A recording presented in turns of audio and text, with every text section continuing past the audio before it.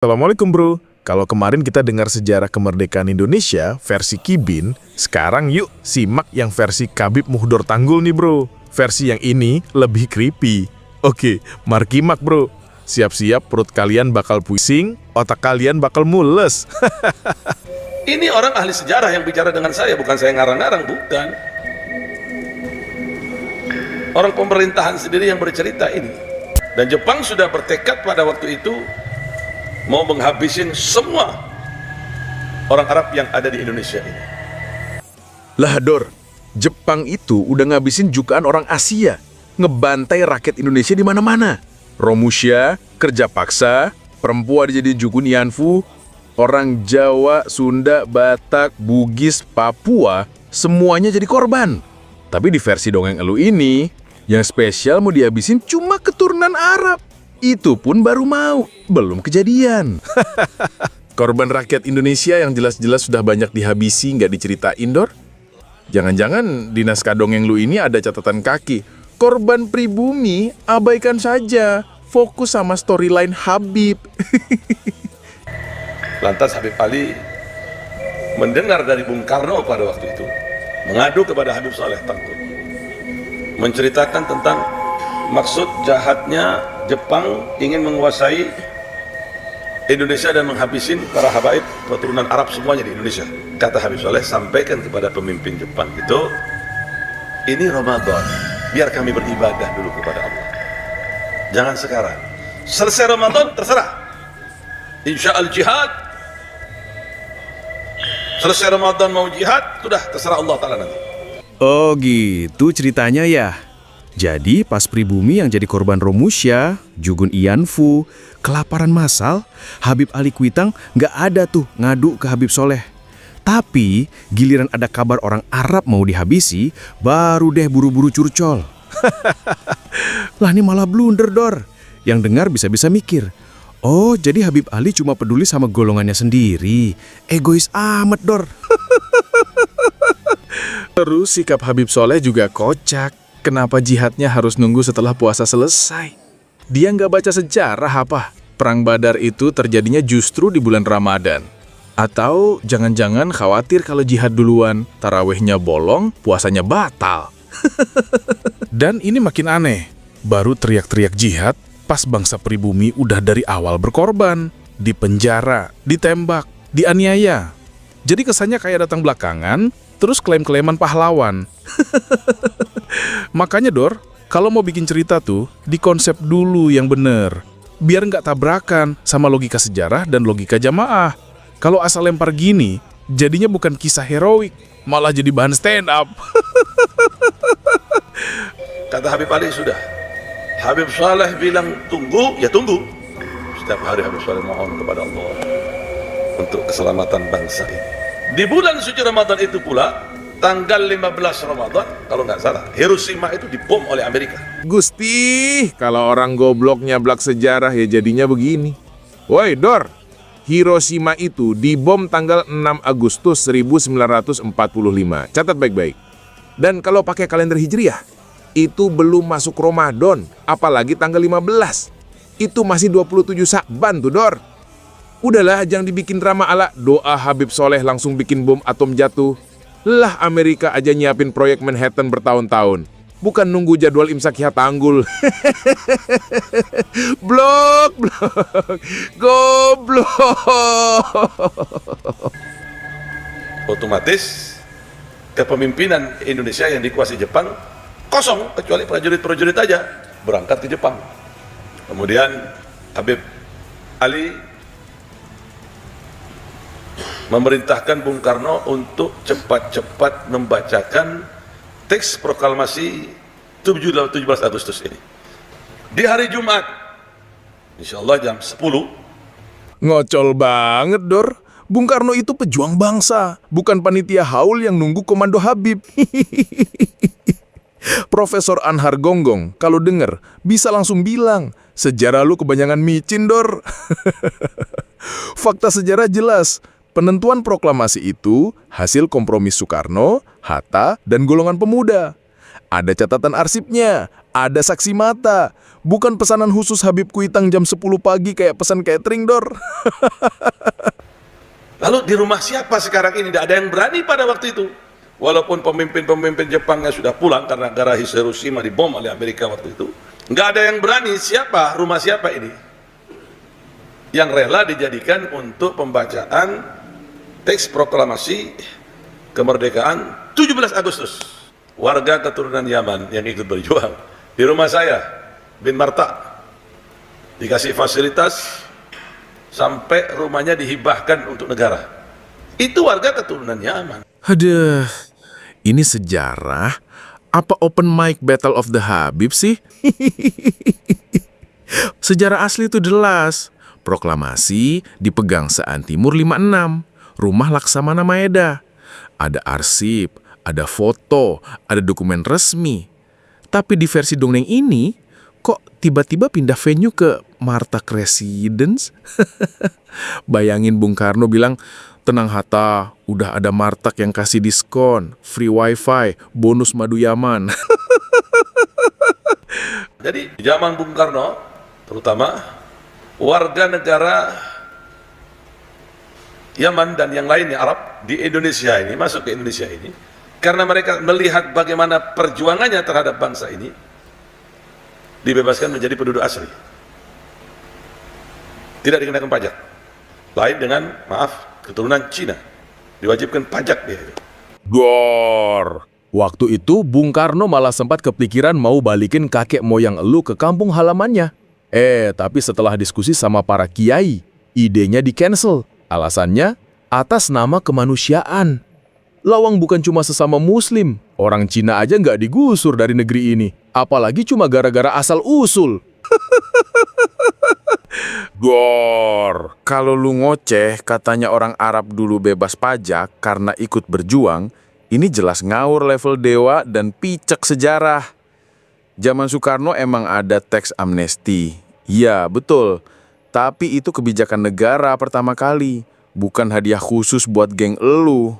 Alasannya, ya simple, ekonomi lagi amburadul, inflasi tiap tahun kayak balon bocor di tiap terus. Gor, kalau lu bilang warga Arab bebas pajak gara-gara perjuangan, itu bukan sejarah, Dor. Itu mah stand up komedi gagal. Gitu, blok goblok. Takbir.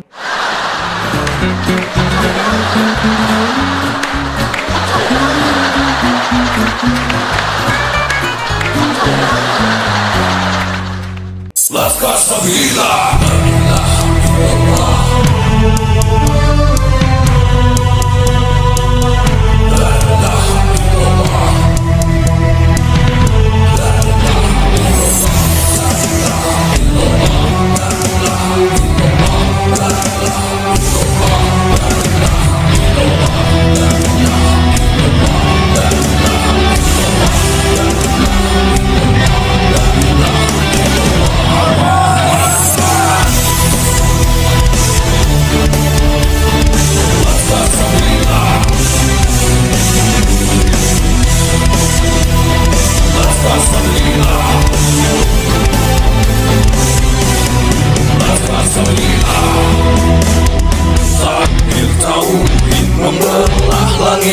Mengguncang bumi, menggetarkan hati.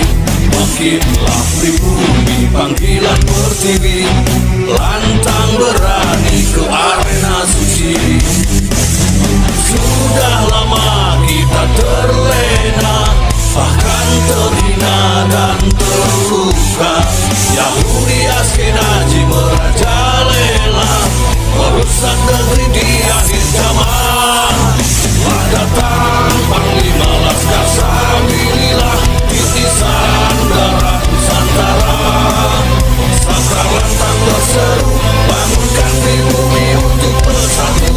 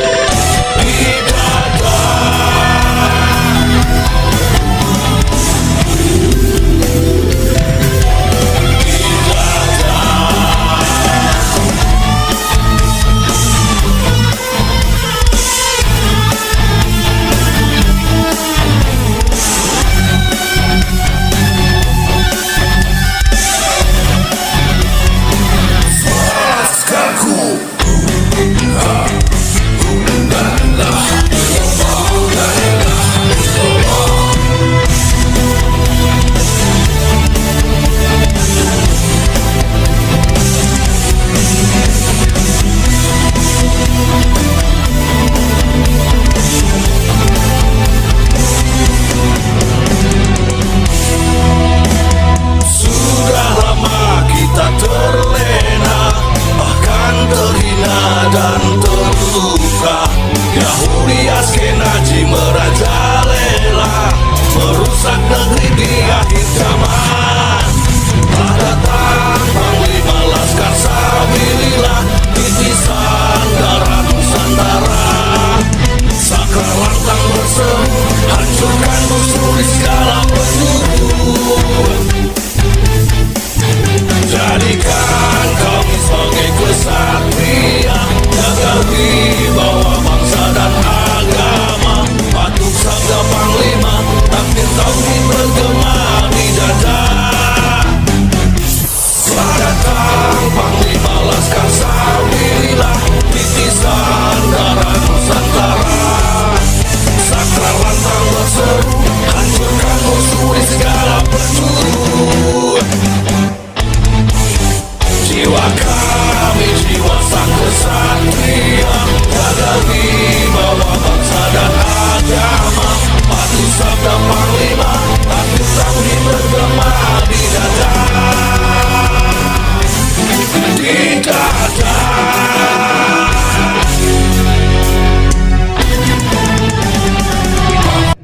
Laskar Sabilillah, Laskar Sabilillah.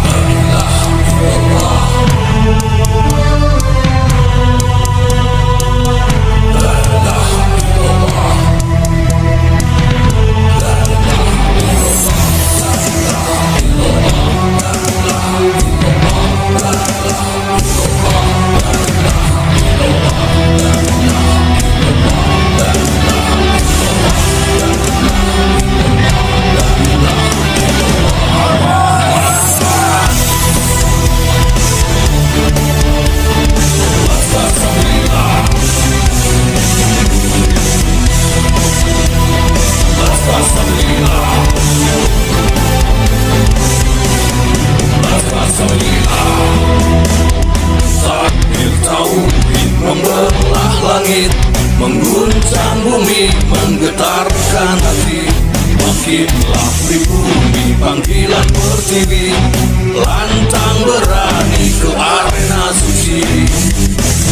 Sudah lama kita terlena, bahkan terhina dan terluka. Yahudi Askenazi merajalela, merusak negeri di akhir zaman. Telah datang Panglima Laskar Sabilillah, titisan darah Nusantara. Sakral lantang berseru, bangunkan pribumi untuk bersatu. Jadikan kami sebagai kesatria, jaga wibawa bangsa dan agama. Patuh sabda Panglima, takdir tauhid bergema di dada. Di dada.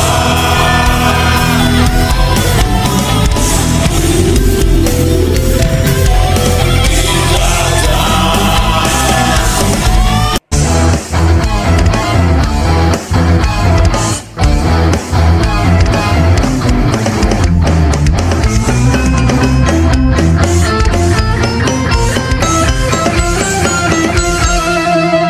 Jadikanlah hidup lebih berarti, jadikanlah Laskar sang pemberani, membela ulama kiai pribumi, Rahwali Songo pewaris negeri.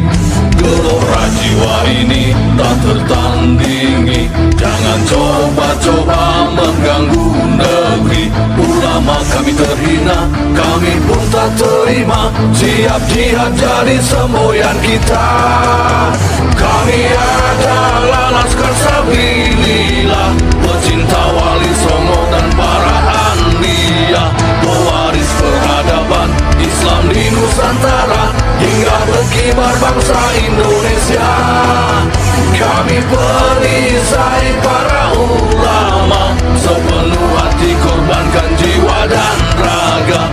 Bila nanti tertulis jihad pilihan kami, Syahid bela agama dan negara. Kami terlahir di bumi pertiwi, terpatri suci sejarah negeri, korbankan coba rubah dan kau pecundangi.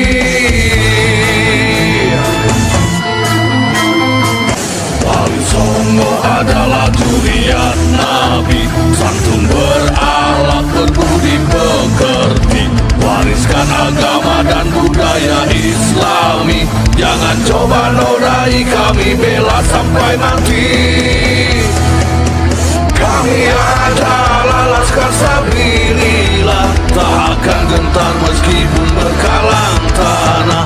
Demi bela agama, juga bela negara, ikhlas jihad dan sahih bersama ulama. Relakan kami pergi dan berjuang, jadi perisai Trawali dan kebenaran. Meski harus berkorban nyawa satu ibadah, demi kebenaran menang dan ditegakkan. Kami adalah Laskar Sabilillah, pecinta Wali Songo dan para anbiya, pewaris peradaban Islam di Nusantara, hingga berkibar bangsa Indonesia. Kami perisai para ulama, sepenuh hati korbankan jiwa dan raga. Bila nanti tertulis jihad pilihan kami, sahih bela agama dan negara.